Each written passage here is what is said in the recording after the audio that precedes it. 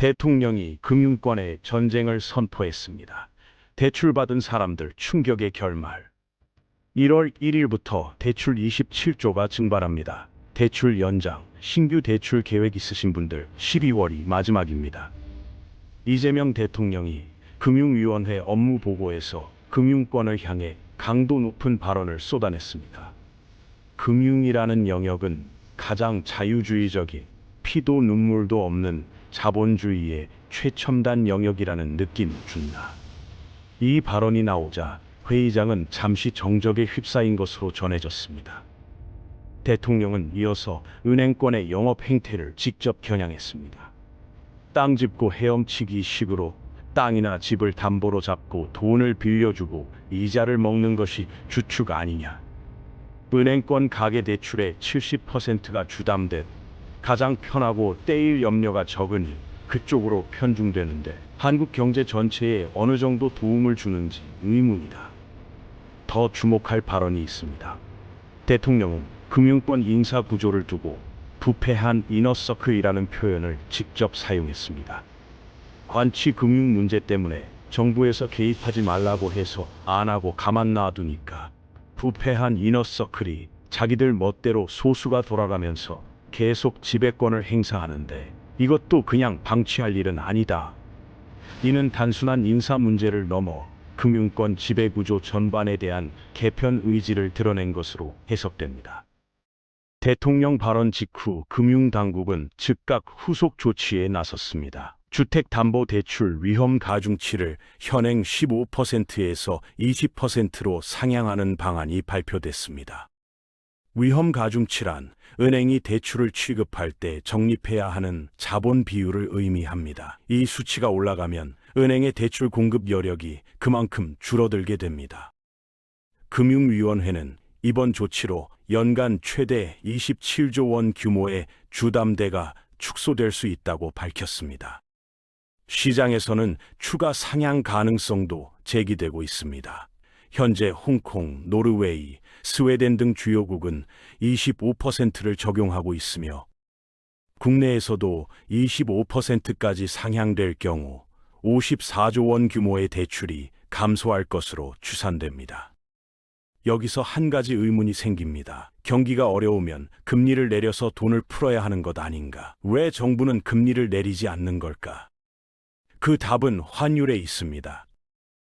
현재 원달러 환율이 1480원을 넘나들고 있습니다. 이 수치가 어느 정도인지 감이 안 오실 수 있습니다. 1998년 IMF 외환위기 당시 환율이 1480원이었습니다. 지금 우리가 그 수준에 다시 도달한 겁니다. 환율이 이렇게 높은 상황에서 금리를 내리면 어떻게 될까요? 외국 자본이 더 빠져나갑니다. 원화 가치가 추락합니다. 환율이 1,500원을 돌파하면 수입 물가가 폭등하고 인플레이션이 다시 치솟습니다. 서민들의 장바구니 물가가 감당할 수 없는 수준으로 올라가게 됩니다. 결국 한국은행은 금리를 내리고 싶어도 내릴 수가 없는 상황입니다. 환율을 방어하려면 금리를 유지하거나 오히려 올려야 하는 진퇴양난에 빠져 있습니다. 대출 금리 상승 압력도 거세지고 있습니다. 주담대 변동금리의 기준이 되는 코픽스가 12개월 만에 반등한 것으로 확인됐습니다. 9월 신규 취급액 기준 코픽스는 2.52%로 전월 대비 0.03%포인트 상승했습니다.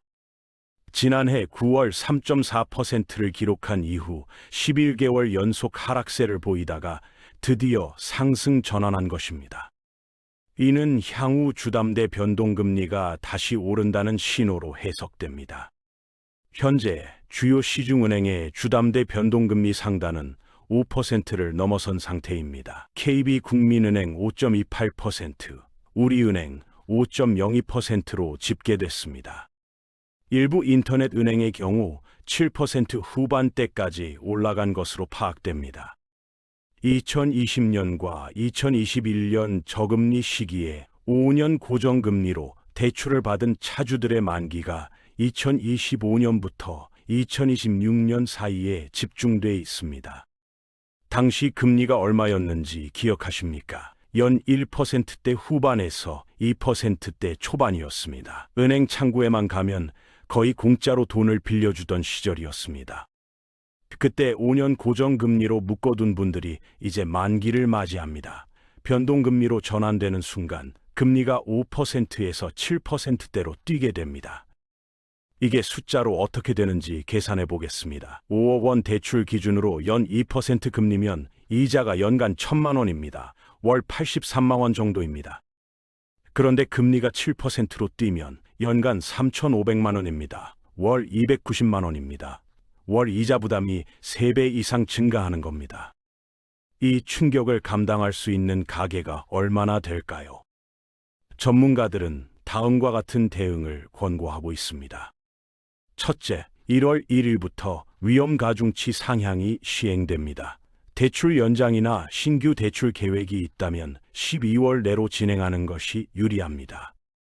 둘째, 5년 고정금리 대출자는 만기일을 즉시 확인해야 합니다. 변동금리 전환 시점에 대비가 필요합니다. 셋째, DSR 40%를 초과하는 차주는 추가 대출이 사실상 불가능해집니다. 본인의 DSR 수치를 점검할 필요가 있습니다. 넷째, 2주택 이상 보유자는 수도권과 규제 지역에서 추가 대출이 전면 차단됩니다. 자산 구조 재편을 검토해야 합니다. 다섯째, 대출 상환 시 고금리 대출부터 정리하는 것이 효율적입니다. 저금리 대출은 유지하는 것이 유리할 수 있습니다. 본 내용은 공신력 있는 지표와 보도를 바탕으로 한 분석이며 모든 투자에 대한 최종 책임은 본인에게 있음을 명시합니다. 신중한 판단이 필요한 시점입니다. 오늘 전해드린 내용이 자산을 지키는데 작은 도움이 되셨길 바랍니다. 댓글, 구독, 좋아요 부탁드립니다. 머니해부학이었습니다.